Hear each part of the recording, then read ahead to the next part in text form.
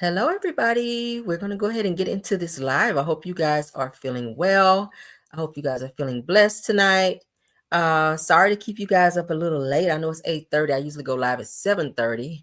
I was trying to finish a show that I was watching, but we're going to go ahead and get into this interview that I found with Destiny. I usually try to cover all the interviews from Love and Marriage Huntsville cast that appear to be interesting and share a little tea that we did not know. I found rather stumbled upon one with Destiny. Okay, and we're gonna go ahead and get into it. Let me go ahead and start sharing because I don't want to hold you guys up any longer. Okay, so everything in this video or everything said in this video is alleged and in my opinion and is used for fair use and entertainment. Let's go ahead and make this video large. Shout out to what's her name? Give me a second. TMRO. Okay, that's why I saw it. So let's go ahead and start this live. Okay, so I kind of made some notes along the way so I can kind of stay on track because I'm going to kind of be skipping. I'm not going to show the entire video because it is like 1 hour. So I'm not going to show the whole video for 1 hour, but we are going to look at several points in the video that that was kind of interesting. So we're going to start here at this point where she's going to tell the interviewer how she got into getting on the show Love and Marriage Huntsville, how she met Melody and Martell, etc., etc. Okay, so let's go ahead and get into that and let's go. So let's back up a little bit. Music, acting, and then reality. How'd you get on the show? So, long story short, being myself in a room with people that were paying attention. Okay. Yeah. It was in Huntsville, like you were at an event? Actually, it was in Birmingham. Okay. I was coming from Atlanta to meet my ex-husband and, Martell from Huntsville. Yes. And his ex-wife. They were having like a magazine reveal. They were on a cover magazine. So we were invited, of course, and we showed up. And I had been to, I think that might have been my first event that I went to where the cameras were there. Okay. And I walked in, I forgot my purse. I walked out, came back in. My ex-husband was talking to the two of them, and I walked up, and all of a sudden the cameras just went swoosh. And I'm like, and they put the boom mic under. I'm like, okay, I guess we're filming. And so we were just catching up, regular conversation that we would normally have. And then afterwards, one of the producers walked up and was like, "Who are you?" I'm like, "Destiny." And he was like, "Well, why don't we see more of you?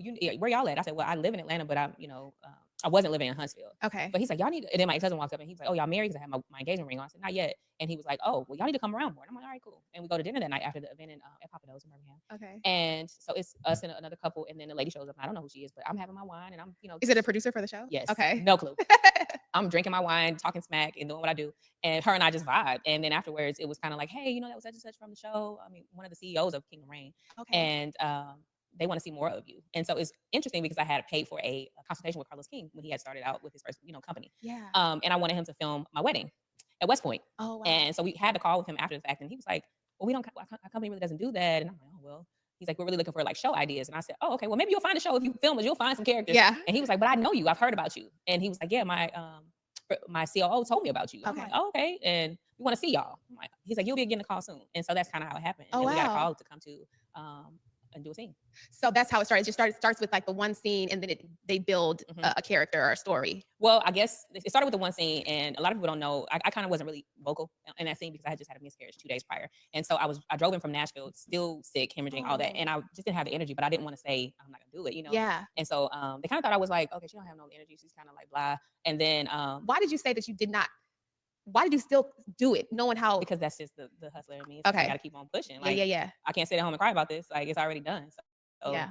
um You rather keep it moving versus sit still. correct. Okay. Which is one of the reasons why I got sat down when I ended up having my son, because I think I was pushing myself too hard in a lot of the other pregnancies that I had 5 miscarriages. Yeah. And so pushing myself hard, stress for my relationship, stress for my career, because I was in the corporate world at that time. And yeah, so after that, it was kind of like, oh, wait a minute, okay, she does have some fire. She a little fiery. Okay, with that. Okay, that might have been an isolated moment. Yeah, That's interesting. So it turned. So you coming from performing arts and all that, did reality TV feel like a stepping stone in the direction that you wanted to go? How did you envision it? Like, how did you interpret the opportunity? So in that moment, I was creating my brand. So it was like, okay, the show is about Black entrepreneurs and successful African American people and couples. So my focus was more so on my brand. Madani. Correct, Madani, which is named after my dad, and my grandmother. And so I really didn't look at it. I was like, this is reality TV. So for me, acting and reality TV are two different So worlds. different. And so I came in really 100% being myself, really 100% giving what I was dealing with in the moment. And then when the divorce happened, or when I got served, I want to say we were on a hiatus from the show we were filming. And then when we came back, him and I had reconciled. So I didn't talk about it because it wasn't being followed, because it wasn't. Yeah. So, and then it was like, this is not working. Like, this is not working. But do I want to say this on the show? Because I don't really know where this is going. Yeah. And I had a brand new baby. And then I was dealing with other stuff that I was like terrified to even speak about. And yeah, it was just a lot. Yeah. So initially, But she shared nothing on the show, which is so weird because everybody was on the show was asking her about her life and what she was going through. I remember Kimmy kind of cornered Destiny off when they were in like a boutique or something. They were asking her about her life and they were like, girl, you don't share nothing. We don't know anything about you, but you're in everybody else's business. So we never knew that during the hiatus of the show, Love and Marriage Huntsville, that she and LeBerick had already had divorce papers filed. And then she's saying that they had a moment of reconciliation. See, we never knew that. And she never talked about it on the show. But you know that you're on a reality show where you have to share your life. So she says, hey, I just never talked about it. But you were in everyone else's business, more so Mel and Martell's situation as well. But you kind of sat on your tea. And I think that's what a lot of people had an issue with Destiny being on the show, is that she was able to skate by and never tell her story, but then she would kind of be in everybody else's business. you were like, this is a good fit because this is about couples. I'm in a relationship. I'm a Black entrepreneur. You were looking at it just like as just for you felt like it was just a good fit. I did. How was the show on your like mental and emotional health? I would say this in the beginning, it was fine. It was fun. I was just, really being able to be myself. But when I started having the experiences that I was having with my divorce and just being in court, and I had never experienced things like that in my life, it created so much anxiety, being served left and right. That's wild. Yeah, it was wild. And then, to be on a show and then to kind of started to be painted in an aggressive light. Now, I am assertive. I will give you that 1000%. And if you touch me the wrong way, I'm going to let you know. And yeah. So that's just who I am. But my natural, normal personality, I'm laid back, I'm chill, I don't really bother anybody. Yeah. I'm actually really an introverted extrovert. People don't believe. Pause. Destiny, when did you become an extrovert, introvert, and you're just laid back and you don't bother anybody and you don't hardly say anything?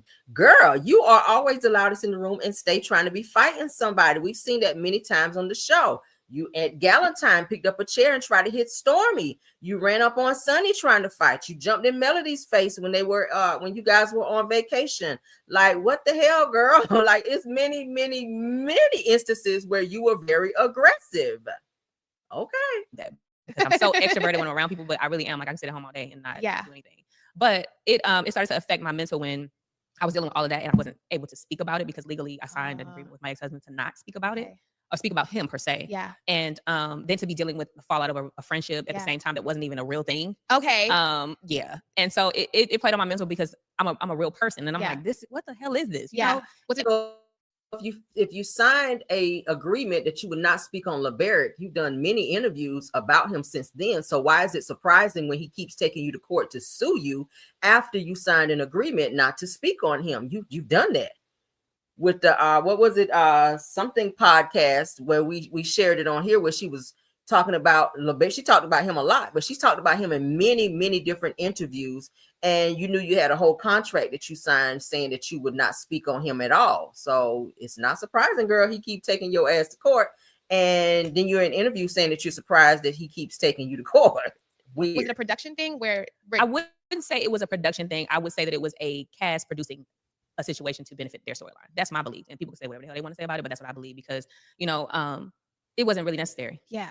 And so I'm like, what the hell is going on? I'm trying to catch up with what that is. And in the midst of it all, when I saw, I'm like, oh, okay, this is what we're doing. And I'm just like, I'm not going to feed it. So when did you realize? After you saw some episodes or just I knew it could have been a possibility because I'm always a proactive thinker. I'm like, okay, they're going to come back and try to make this situation a storyline. And, the other person was like, no, they wouldn't dare do that. I'm like, it might happen. And it did. And when it did, and then it was spent in a way like, oh, where you're a liar and you're this. And I'm like, that's one thing I ain't never been. Like, I'm not going to sit here and say I don't lie because that's not even the reality of any human being. Right. But I've never been known to be a liar. I'm always the truth teller. So it just was like, this is what we doing? Like, really? And so, and then the part that I think bothered me the most was that person really knew what I was dealing with behind closed doors. Mm-hmm. So it's like, she's talking about Melody. For those of you that don't know, she's not going to say her name, but we know subliminally with situations that she's talking about right here, she's speaking on Melody. She also talked about just now how production set up different situations to where she and Melody weren't getting along. And she realized that was going to be the storyline. And she was like, are we really going to do this? And she realized that was something that she had to go along with on the show, according to her. But then you know, I had to get over that. I had to get over a lot of things at the same time. And then my dad got sick. It was just a lot. It's been a lot. It's been the last 3 years of my life and the first 3 years of my son's life. He's been my saving grace. So, The secret to staying cool during menopause. I always like to look at these interviews because sometimes you can kind of see things and or find out things that maybe you didn't know about a person. It played on my mental because I was trying to heal from the divorce, trying to heal from the things that happened with my son, trying to heal from so much. And then that the fun person you saw on the show got shifted into another light that wasn't accurate for me. And so I was guarded. So when you see me on the last season, I didn't even like watching myself because I'm like, I'm so guarded. You didn't feel like it represented. Not even close. Not even close. It was minuscule to who I really am. You're just a certain part of me. And yeah, you saw moments where I was like ready to go to throw bows. Like that was real. But the part that I think, and it's partially my fault too, but also the story being told as to why I was in that space. Okay. Yeah. Nobody knew that. Yeah. So it's like, why is she acting out? Why is she angry? Why she's upset with this lady? And it's like, because I sat back and I kind of let the whole storyline grow because I felt like I'm come from, you know, the old world where it's like, if you don't feed it, it doesn't grow. Just like what happens in this household, you don't talk about. Yeah. And that was wrong. Because it just grew and grew and the story changed and legs grew everywhere. Did you have somebody on your side during this process? Like, everybody. Okay. So, but then you have the fans that are coming at you that may be a team somebody or team this, and they're like, yeah, you're this, you're that, you're this, you're that. And it's constant bullying. Like even to this day, I had a blogger that just did a whole like blog about stop bullying Destiny Payton. Wow. And it's like, I'm not even. So now she's feeling like she's being bullied by different bloggers and other people with platforms that's pretty much calling her out and pretty much telling her about herself in ways that she's kind of doing things that's kind of uncouth. Y'all know Destiny, she's kind of a narc as well. She kind of act like Martell. She don't like to be called out. So when you call on her shit, she sees that as bullying. But and like bothering anybody or minding my business, but it's still comments. People come up under and make comments to me. And it's just like, hey. What was there a particular comment that because I know oftentimes I see it with celebrities and things like that, it's like they can have like a million positive comments and then there's just that 1 or 2 negative comments that make it feel like nothing positive was said. Is there anything that was said that really just like hit you and you were like, the biggest thing is the liar thing. That's the thing that kind of used to really, really rub me the wrong way. But then I realized one day I was blocking people because I was like, I'm having a block party. I block people all the time. I used to block people all the time. I'm having a block party today. And I had on my gym clothes. I was getting ready to go work out. I was sitting there for 30 minutes blocking people just from comments. 30 minutes. From your page. Right, from my page. I'm going to move it ahead to the next part of where we're going to be watching, okay?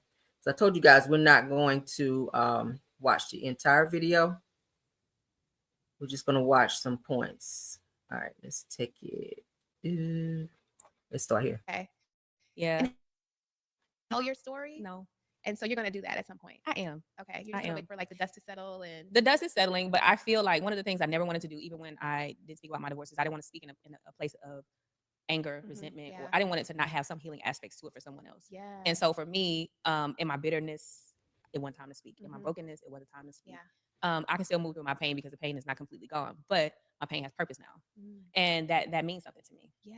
So, and when we talk about healing, one thing that I recently saw, it's pretty simple, but you cannot heal in the place where, you know, where the pain is still active, where that whatever is creating that pain is still there. So I'm glad she admitted that she had some bitterness there because it seems like she still has that. She's still fighting with LeBaric to this day. Like, damn, girl, how long do you guys have to fight? It's kind of like Martell. It's giving Martell energy where he's still fighting with Mel. They are divorced, going on 6, going on 7 years, and he is still in the same place. You would have thought they just divorced yesterday. She has the same energy towards LeBaric. Like, she's still mad, like he just divorced her ass yesterday. It's weird. It must have been crazy just because, like you were saying, while you were still filming, you were starting to try to heal. And I can imagine that just being like almost impossible when you're still having to interact with people that don't have your best interest in mind or people that are not with you on your healing. So yeah, the scene where I said, you know, hey, I'm divorced. And I said the sunshine shine brighter. Because I literally, I could see my life being a movie because I literally walked in with my car seat to sign my divorce papers. And my son was sitting on the floor in his car seat as I'm signing my divorce papers. And I'm holding him as I'm walking out of the building. And I'm getting emotional just a little bit. Yeah. And I heard birds chirping. And the sun that was out when we walked in, I saw it. Yeah. But I didn't see it when I walked in. And so I knew that was a good release. And I was saying like the sunshine brighter, the birds chirped louder. And I was on a healing journey. And then I got hit with, you know, this whole bad friend thing or whatever the hell the narrative was. And it's like, what? Yeah. And then I'm still getting hit with stuff from my ex-husband, motions being filed, you know, trying to modify custody, all these things that are going on. I have a brand new bad friend thing. There it is again with Melody. She's talking about Melody and the whole, y'all remember on the show where Melody was telling her, you're not a good friend. You remember she was heard talking about Melody to Tisha in a hotel room where Melody heard it and decided to cut her off. So she's again subliminally throwing Melody in this interview as well. Child. And in the midst of that, my son, like I think I shared with you, he was in a hospital for almost a week fighting for his life, and he's only 2 months old. That's like the parent's worst nightmare. You have a small baby, you never want to know they stop breathing. Yeah. That's scary. Very much so. So I'm trying to keep myself going day to day and deal with him, healing or what happened. Like I still truly don't know what happened. They diagnosed it as a near miss episode, and there is no such thing. Like he is a walking miracle outside of him being here after all my miscarriages. He's a walking miracle. Yeah. And it's just I was dealing with that, and then soon after, the divorce happened, and then it's just been a lot. And then one thing after another, and then my business being open and closed. People don't know that my landlord wouldn't fix the heat. My landlord would fix the AC. The building was condemned at a certain. And you never were able to say, look, this is the stuff. Destiny is sitting her ass up in line. Now she says that her business was open and closed because of her landlord not fixing things. The building got condemned. No, Destiny, it's in legal documents, dear, that you weren't paying the rent at that location at the Madani building where they filmed you there. And you also were not paying your employees. So you're going to sit up here and put that on the landlord as to say that the reason why your business stayed opening and closing was because the landlord wouldn't fix your AC. He wouldn't come and fix other things that was wrong with the building. And then the building became condemned. It didn't look condemned when we saw it on TV. But you sure did have to go to court for owing a lot of money, like thousands and thousands of dollars in back rent. And then also being sued by several of your employees that work there as well, saying that you did not pay them. One of which where you invited them to a restaurant where you said that you were going to pay them once you got there. And when you got to said restaurant, you told them you would pay them half cash and half check. And you didn't do that either. But then you wound up getting money from PPP loans and going to New York for some type of play. And now it said that you may be in some trouble behind that because your ex-employees that work with you for Madani, they're cooperating with the feds on this. So you could be looking at some type of charges behind that as well. So let's not put it on the landlord because you did not pay him. That's going on. It's not me. Like it's not my lack of ability. Yes. Yeah. No, it's a lot of stuff going on. I'm not making excuses because there's things that I could have done better. But I also didn't have me, and I also was dealing with. I lost 110 pounds. Destiny she says she's not a liar, but she does kind of stretch the truth whenever she's doing interviews. I notice, and I watch most of, if not all of her interviews. Let's get back to it. Sorry, guys.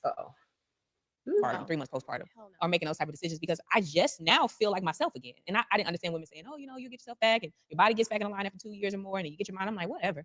I was still pushing, and I really didn't feel like myself. You never stopped. You just kept going. I don't know how to.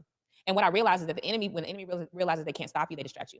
So all that stuff that I was just explaining to you became a distraction, and I was moving slow. I was, sitting in my house and like fighting to not become depressed. My son is everything to me. And I also had to find a balance of loving him, but also finding me because I was looking for myself. I was like, where's that hot girl that was in the, how it is. Having a good time, living my life. Yeah, and I realized you're searching for a woman that doesn't even exist. That girl doesn't exist anymore. You've been through so much. Yeah. Who are you looking for? Yeah. She ain't here no more. Like, what is the new you? Absolutely. And I'm stepping into that and still remembering the bad chick that I've always been. Yeah. And bringing that into this level of womanhood as a mom and balancing that out. Because sometimes people feel like they have to shrink into motherhood and they lose their sexy. Yeah. No. And people try to tell you what you're supposed to be doing as a mother, how you're supposed to dress, where you're supposed to be. They're asking about where your kids, whenever you out having fun, they're like, where your kids? It's like, it's crazy. It is. And so I had a friend, and she's had a daughter, and we kind of messaged back and forth. And I was like, listen, if you ask me, because she'll ask me certain things, I'm going to give you advice, but I never want to make you feel like I have. All right, let's move forward because she's talking about her friend. We don't care about that. We want the meat and potatoes of this interview because I, of course, had to go ahead and listen to it before y'all. So y'all. Sometimes, I've had the feedback of like, oh, well, everyone's not, you don't have to, not be someone's friend because they're not exactly like you. And it's just like, no, that's not the point. The point is right here in this time, if I don't focus hard, like crazy, I could miss so much. Yeah. And I've had too many years of where I wasn't focused enough. And I'm just not allowing that to happen anymore. Listen, I'm in that same space. And because I am I love people, but I am an introverted, extrovert person, I demand that. Yeah. So if I feel like, and you don't have to understand. Right. But what you're not going to do. You're not going to discredit. You're not going to distract. You're not going to destroy. It's none of that. You're not going to do any of that. And if I feel like that's a part of what you're doing, then we can't rock. Yeah. I have to love you from a distance because I owe that to myself. Yes. I owe that to my son. And for me, like you said, it was times where you were distracted or you may not have been able to give 100 and you're in the season of giving 100. Yep. And for me, it's like I missed so much time in the last 3 years, even though I was still going.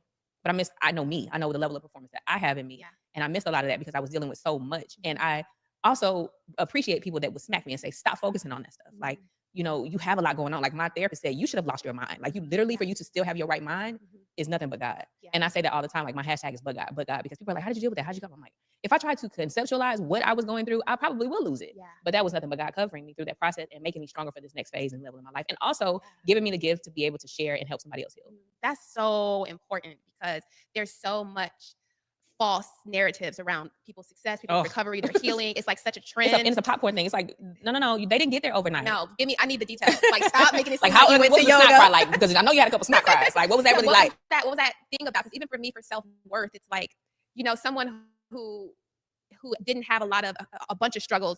But so sometimes you assume like, oh yeah, I have self-worth. I had to really sit there and say, you have some behavior that does not say, I love you, Kayla. Like, you don't have to be insecure to admit that there are some things that you're doing that aren't showing yourself the highest amount of like respect and love. And I had to admit, okay, so you do have some self-worth issues, not because you don't think that you're worth it, but you haven't fully understood the magnitude of your worth. So you're allowing things to happen that it's below your worth. So listen, you're speaking to me because when I was thinking about self-worth, like things that I allowed to happen in my marriage and in my relationship, it's not me, but it was me because I allowed it. So I, in therapy, had to figure out why did I allow a lot of those things to happen? What space was I in that allowed me to stay and allowed me to continue to deal with the behaviors that I was dealing with? And then I realized I have a savior complex.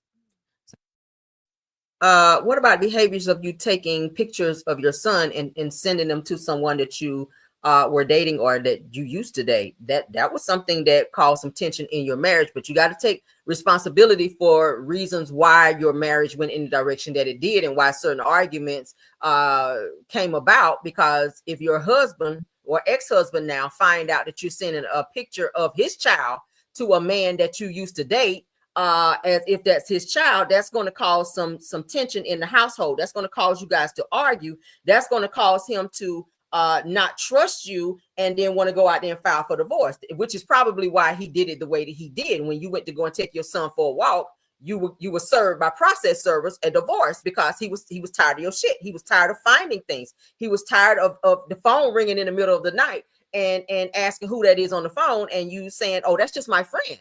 When really it was Moses. You were still having conversations with Moses during the time that you were pregnant.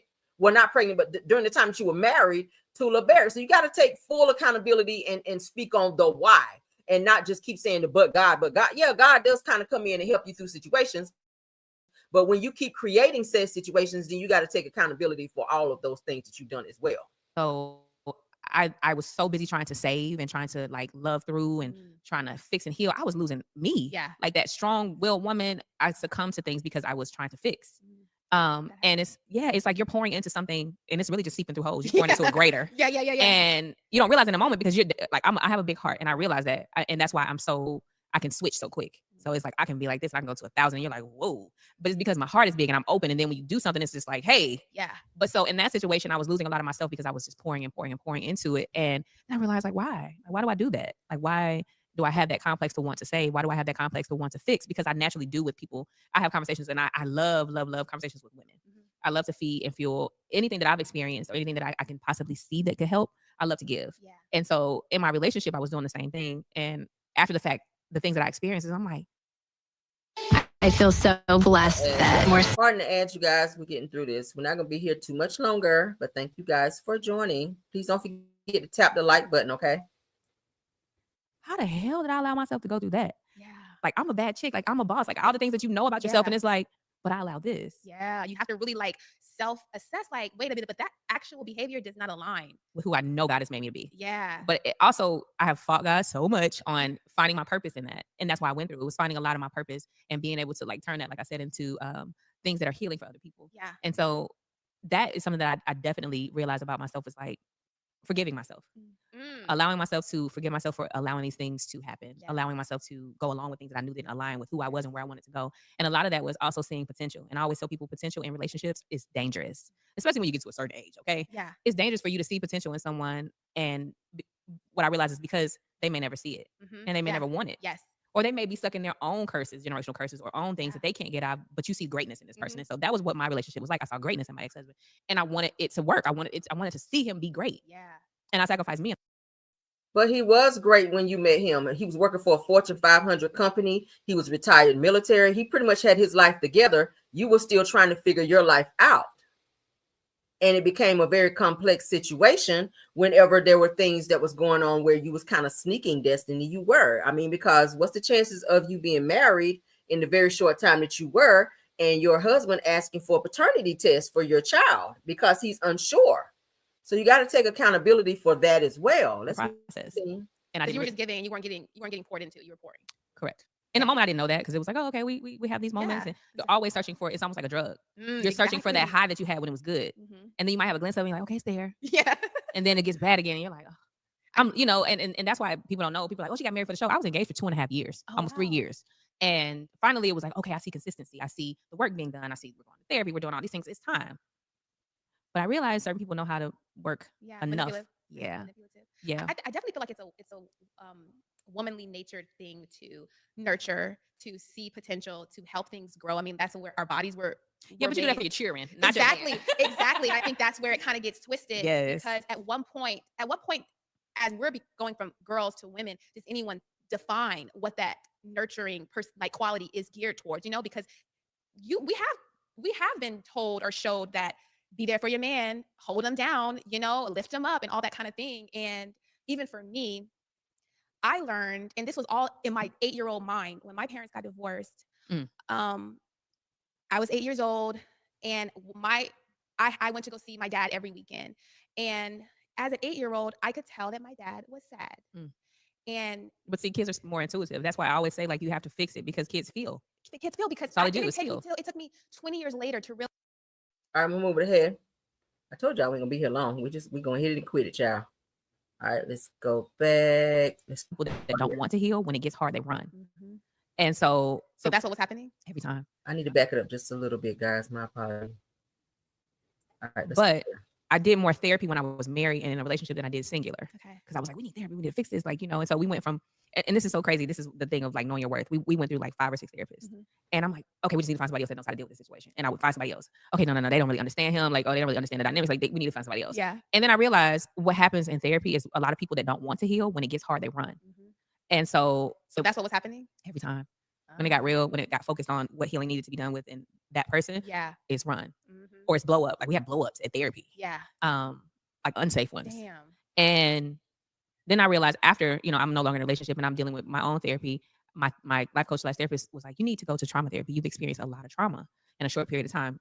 And it was triggering things that I had thought that I healed from as a childhood trauma. So I thought I had healed from those things. And what I realized is I tend to disconnect from reality in order to cope. So I went to. What does that look like? What is the disconnect like? It's crazy. So I'm doing this therapy called EMDR, and it's a trauma-based therapy. So I had to go back to my earliest childhood memory. And as I was going through all of my childhood memories, I had to stop at 10 because I was like, Jesus, I've been through a lot. Yeah, like I was like, oh, this is, hey. And it was things that I had forgotten, things I had blocked out. And so I ended up having to go to court with my ex-husband. And I walked into the courtroom and I was like, is this the same? I've been here plenty of times. Yeah. And, we have the same judge. And I was like, is this the same place? And I even asked myself, I was like, is this the same place? And he was like, yeah, whatever. And I'm like, this doesn't even look like the same place. And the judge comes out and I'm like, I thought her hair was like, I didn't even recognize the space that I was in. So I had therapy like the next day. And I was telling her, she said, your coping mechanism is that you detach from reality. So I was literally just floating through all of these experiences and I wasn't really even there. Build a website you love with Wix. So you were going through a psychiatric moment, maybe? To not have known the court as many times as LeBaric took you to court? I'm healed some. Yeah. I can see it. You can see it. Yeah. And it's just like, it was crazy to me. Like, wow, like these spaces don't even look the same. That is crazy. But that's like a breakthrough, right? Like that's like a small breakthrough. Yeah. And I was going to say that so therapy, you're starting to heal. I saw a clip of Lauren London and, everyone's always asking her, like, how are you, that's a strong lady. How are you managing this loss? How did you go back to work, back to acting? And what she said was that her children and her children specifically deserve to have a happy mom. They deserve to have music playing in the house. And she's like, and I deserve to be happy. And he would want for me to be happy. And even though that was like a loss of life, I often hear people refer to divorce as like a loss. Yeah, like definitely you grieve that situation. And you don't realize it because for me, I was in the thought process of I signed these papers, I'm free, it's over, it's done. Like, wow, I can breathe.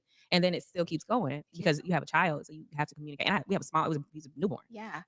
And so What do you do? What are you, or do you do things daily to get yourself in a certain position to be the happy mommy, to be happy destiny, to actually, bring that joy to your life? Like, what is, I mean, clearly the therapy is one tool, but is there something that you do to like jumpstart your day? To jumpstart my day, absolutely. So I always wake up for whatever reason at 4:30, and I looked that up, and it was your time with God. It's really your time to manifest, your time with God, because my body just will wake up. Because when my son, like say he's staying the night with his dad, I'm up all night because as a creative mind, that's what I do. But as a mom, I'm in the bed because I put him to bed, so Yeah. the world shuts down. But no matter what, I wake up at 4:30 or 4 o'clock, somewhere in that time frame, and I realized that was my quiet time with God before the world starts, and then I go back to sleep.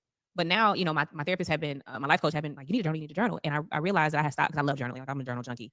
I had stopped journaling because I didn't want to face the reality. So I wasn't writing a lot of stuff down. And then my current EMDR therapist was like, you need to journal. I'm like, oh, my life coach said, no, you said it. So I got to It's weird that she mentions all of these therapists. Now, I think she said that she and LeBerick had like 5 therapists. Now, you mean to tell me out of all the 5 therapists that you guys had and had, sit down with you guys and talk to you guys and kind of sort out some of the things you guys went through in your marriage and just your relationship period, why is it that you guys had to keep changing therapists? Is it because they didn't see things your way?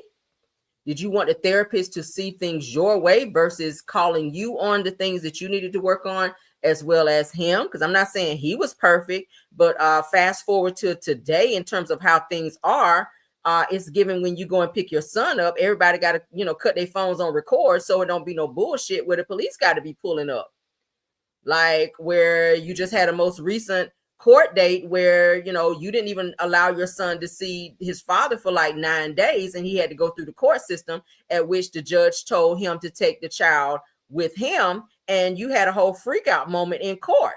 So when do you get to the point where you let this go and be amicable with the person that you say that you want to be a better co-parent with? And you're using God. I hear you saying God a lot in your interviews. If God is waking you up at 4:30, like what is this visit with God? Like where is the growth? That's my whole thing. If you're going through this spirituality with God, and I'm not saying that God can't change a person, but what I'm saying is if God is waking you up every single morning at 4:30, like what is your purpose after that? What is your growth? Where are you growing in terms of saying, you know what, me fighting this person that I have to raise my child with for the next 18 or whatever years, like it's at this point, it's becoming pointless. Okay. Like you're fighting your son's father for what? Is it still because of bitterness or because you feel like you can? Like, I don't understand at this point, but let's continue. And so I went and I went to Dollar Tree because I'm like, I'm going to Dollar Tree, give me a little Get you a journal. little Whatever. I journal. left out of there with like 6 journals. I'm like, ooh, this one says this. Oh, I like this one. And I can't stop writing. Okay. It's pouring out of me now. Yeah. It's pouring out of me now. And I was like, okay, I needed that. So journaling again. I love to read. I really, really love to read, but I don't know if it's just this day and age with social media. Yeah. I cannot focus my brain enough to read like I used to. And I'm like, God, please give it back to me. Audiobooks. I love audiobooks. I love audiobooks. I used to listen to audiobooks, but it's something about sitting there, opening a book and like flipping pages. Yeah. But I listen to audiobooks when I drove down here. So I do those as well, but it's just different. It's different when you're reading and you're like, oh, I'm gonna write a little note. Yeah, that's true. I'm gonna highlight this one. Okay. This is different. It's studying. Yeah. And so it really is. I just want that gift back. I need to get the reading back. So yeah, reading. So I might read a few pages. I've been forcing myself to like read a page or two when I have time, and quieting my mind. Yeah. That's a process. Is dating a part of your life? What happened? What? I'm wondering, is dating a part of, like, are you dating? Are you over it for right now? I'm not over it. I have been dating. There's someone that I knew from the past that came back into my life and was like, I'm not letting you go this time. YouTube TV may drop your Wonder who this person was that came back into her life that she knew from her past and said she was not letting that person go. We know it was not Lance. We know it had to be Moses. That's what it's giving. Now, this interview, you guys, I found it's like 2 years old. Okay, let's get past this. So she had to be talking about Moses, somebody that she knew from back then, and she, which is explained. It's also a process because which explains why she had a lot of animosity towards Sonny whenever Sonny kind of got with Moses, because I think in the back of Destiny's mind, she kind of felt like that she, had a second time around with Moses after they had already dated for quite some time, and that she may have seen herself as being his wife. But then again, you guys heard him in his interview with Dustin Ross, where he told him that Destiny was not marriage material. So then I guess we're here where we are now. But let's get into You it. know, once the honeymoon phase is over, it's like, what we doing? Yeah. We know we love each other. We know that this is something that we want to invest in, but do we really want to do the work? Because it's work. It is work. Absolutely. It's a It's full-time a full-time thing. and a part-time job. Yeah. Yeah. There's this list that a couple of therapists have that they say everyone should go through this with their potential partner before they get married. It's like probably like 75 I need that list. questions of like, what do you actually agree on? Like, how will we handle this problem? What do we think about this? What do we think about this? And seeing how much you're actually aligned with your morals, your values, and That's the important future. because I feel silly sometimes dealing with my situation because it's like we don't even like it's not even aligned at all. Right. Well, you're current. Correct. Mm. It's like I breastfed my child for over 2 years. Yeah. And then Congratulations. thank you. And then you give him whole milk when he's with you. Okay, so if you fed him breast milk when he was a child, a baby, and then when he goes to visit with his father, why not pre-pump this milk and put it in the refrigerator and let him know it? Maybe give him directions on how to heat it up and feed him the breast milk. A lot of mothers did that. I breastfed my son when he was a baby, but that's what most mothers do. You go ahead and pump that milk and you put it in the bottles or in a container, and you let him know how you want to feed him. Y'all have to be on one accord as far as that goes. So if you didn't send no milk over there, what is he supposed to give him? If you didn't pump no milk for him, then what is he supposed to give him? But I'm sitting in interviews like, oh, he just defiantly gave my baby whole milk when he knows that I'm breastfeeding my son. Like, hello. Yeah. Okay. Like those type of things. Yeah. And it's like we know that breast milk is the best thing for him. We know that if he is a breastfed baby, he shouldn't be going to whole milk. We know that those things are best for him. Yeah. Yeah. So this is just small. That's small, but it's big. Yeah. And those are the things I think people are afraid to tackle because you get in this thing, you're like, oh, in love or. But it's conversations that we had. So it's like, it's almost spiteful at this point. Yeah. Yeah. Yeah. That's just, yeah. And it's like, for me, and I saw an interview recently, it's like co-parenting is easy when the child is the focus. When it's not focused on being in control, being in power, or I'm making the decisions or any of that stuff. When it's focused on, okay, what's best for him? Yeah. What's best for her? What's best for the children? Forget what we feel. Yeah. Like what's best. Yeah. That's one thing that Let's talk about what's best. What's best? I just did a video where I just told you guys about where Destiny kept him out of school for an entire week. Y'all know he was already suspended for some days for hitting a student on the bus and also a teacher or whatever on the bus. We're talking about Destiny's son, Law. So when he went to his visit with LeBaric, that wasn't an issue. But then when he went back to his visit, going up to the week of Labor Day, and I remember to be exact, he didn't go to school that entire week. So her son missed a whole week of school unexcused. So that was a whole week of unexcused absences. So what was the focal point of that? Was that for the greater good of your son who had already missed days? He's in kindergarten, mind you. He had already missed days from being put out of school for that incident on the bus. And then you turn around after being upset with LeBaric and didn't even take him to school for a whole week. So when it comes to the greater good and for what's best for him, I guess the question lies there. Let's continue. I found out later that there was, some challenges in their relationship, but what you found out later. I found out later. And that's how it should be. That's how because one, it allowed me to not have like this biased view of either of them based on their experience with each other. And I can say, that's my dad, that's my mom. I love them. I love them for how they're treating me. And I didn't have Which is why I didn't want to talk about what I was dealing with in my divorce, because I didn't want my perception of his father to be dictated by his relationship. Yeah. All right. This feels almost illegal to know. Destiny be doing too much. Like, you just sat here and threw out several subliminals about him come the to his man own in this interview. Absolutely. You literally just sat here and threw out several negative subliminals about him. But now you didn't want to talk about your story on Love and Marriage Huntsville because you didn't want your ex-husband LeBaric to be seen in a different light or in a negative light. Okay, let's continue. And it's difficult because when you see certain things that it's like, But for me, what I also realized too is that my silence has been killing me because I am a person that always lives in my truth. And even though I was living in my truth, I wasn't speaking. I wasn't letting it out. And I just watched Tabitha Brown say that she had experienced rape. And I had never seen her in that light. She's always happy, bubbly. Even though she was smiling and she was speaking about it, not happy, but she wasn't in a bad space. But she said God compelled her to speak on it. And her husband didn't even know. Oh, wow. And she said, she had talked about it on the live. Like God had compelled her to speak about it on the live. And she said, somebody, I think the person or someone that was in that time frame of her life had Facebook requested her. And when she saw it, it made her sick. Like literally, like she got sick to stomach. And she said, God was telling her that my secrets are killing me. And it's so funny when I was writing because I'm writing a book right now. And so this was way prior to this moment with Tabitha Brown. But I was saying, my silence is killing me. It's killing me. Yeah. And she's like, that's the name of your book. That's what your name of your book is going to be. And I said, I'm not sure. We're still picking out the name of the book, but we're writing it. We're in the writing process. But literally, my silence it was killing me from the inside out, because it's like, speak your truth. Absolutely. Speak your truth. And I did that in a private setting. I was hired and spoke about in detail what happened in my marriage, in my relationship. And that morning I was getting my makeup done. I could not stop crying. They were playing praise and worship songs in the background. And I was like, no, God, I don't want to. And it was like, this is a part of your purpose now. Yes, like, you have to. absolutely. And it was like, oh, I'm gonna try to find this guy that I listened to, but he so much talks about authenticity and intuition and how we are stripped from that as children, even when it's like, don't do that, because as parents, we've already been conditioned to this world, and we've had fears and pains and all these things that make us have those red flags and make like us caution signs. and we don't even allow our children the space to just develop their own.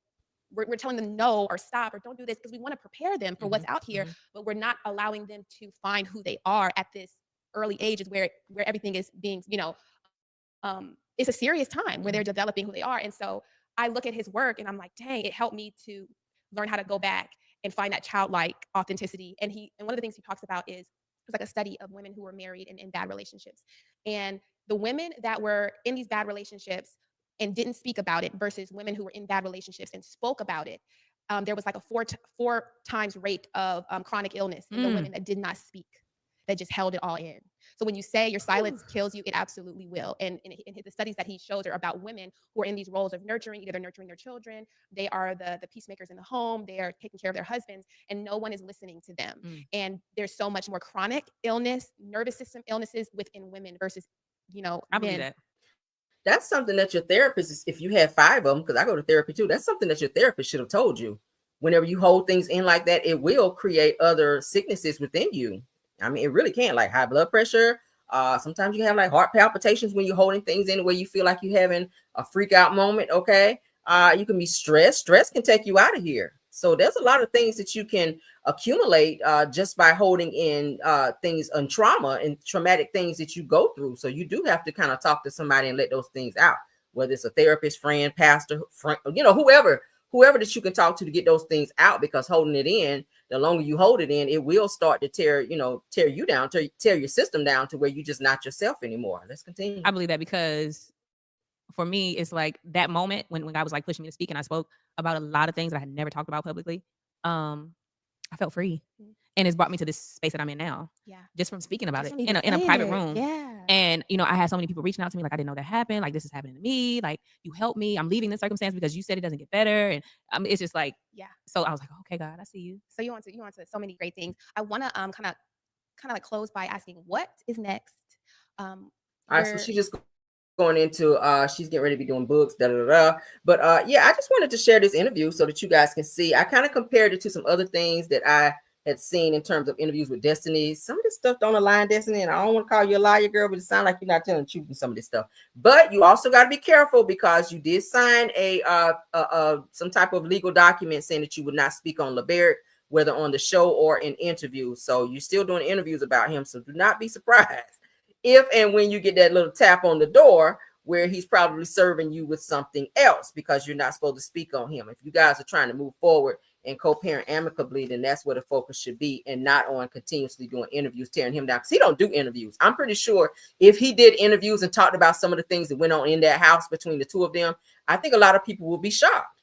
He's choosing not to tear her down, but every chance she gets when they're asking her, questions about her, she always take it back to subliminally try to call him out and say he was this evil, abusive person when they were together, and she didn't understand how it was, and she lost herself. That's the same shit she say in everything, but not taking accountability for the things that she took part in that caused maybe an argument or cause. And I'm not saying LeBaric is perfect, but you got to take accountability for the shit that you do. And that's the same thing I said about Martell. And I always like to bring up Martell with her, but their mentality is almost the same. Like, they feel like they've done nothing, but everybody else has done something to them. And it's crazy. It's borderline narcissistic psycho, if you will. But that's it for this interview. I'm not going to hold you guys any longer because it is 9:30. I know a lot of you guys have to get up early, like myself. So yeah, we're gonna go ahead and end the video. But thank y'all so much for stopping by and watching this video. If you guys want to see it in its entirety, which I know you do not, let me stop sharing. All right, if you guys want to see this interview in its entirety, which I know some of y'all probably do not, you definitely can go to TMRO Network because that's where we saw it. So shout out to her for that. Shout out to my mods as well. Sweet Essence, Tyra, KVR, True TV Podcast, and Rose Armstead. Thank you guys so much for doing your good modding work. Somebody said, dang, I missed it. Also, thank you. I saw the content creators in my chat, JCD Creations, Simple Mom Family TV, Sunny Days, and Purple Unicorn. Could you guys let me know, mods, if I missed anyone? Because I know sometimes we'll have somebody slip in and then we don't acknowledge them. So I want to acknowledge all the content creators that stopped by this live. Can you let me know? Do we have anyone else besides the ones that I named? JCD Creation, Simple Mom Family TV, Sunny Days, and Purple Unicorn. That's it. Shout out to the three. Well, how much we have in here? 350. Simple Mom Family TV. Yeah, I think I said her. All right. So yeah, I think that's everybody. You guys, don't forget to tap the like button for me if you can. And also, I will see you guys in the morning for Car Chronicles. Please keep your notifications on so that you guys do not miss the show. Y'all know Car Chronicles usually be pretty good. We have some great topics, so don't miss it. All right. And to the next video, I'll see you guys later. Bye.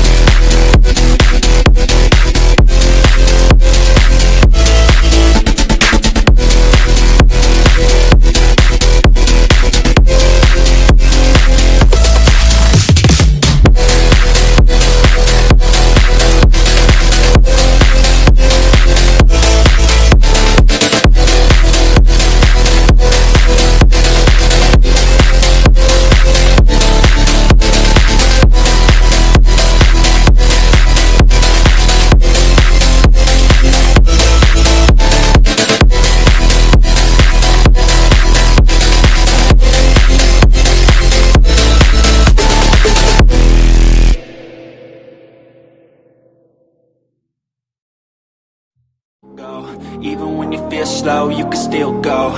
Even when there's no hope, you can still go. I never answer to no, man, I still go.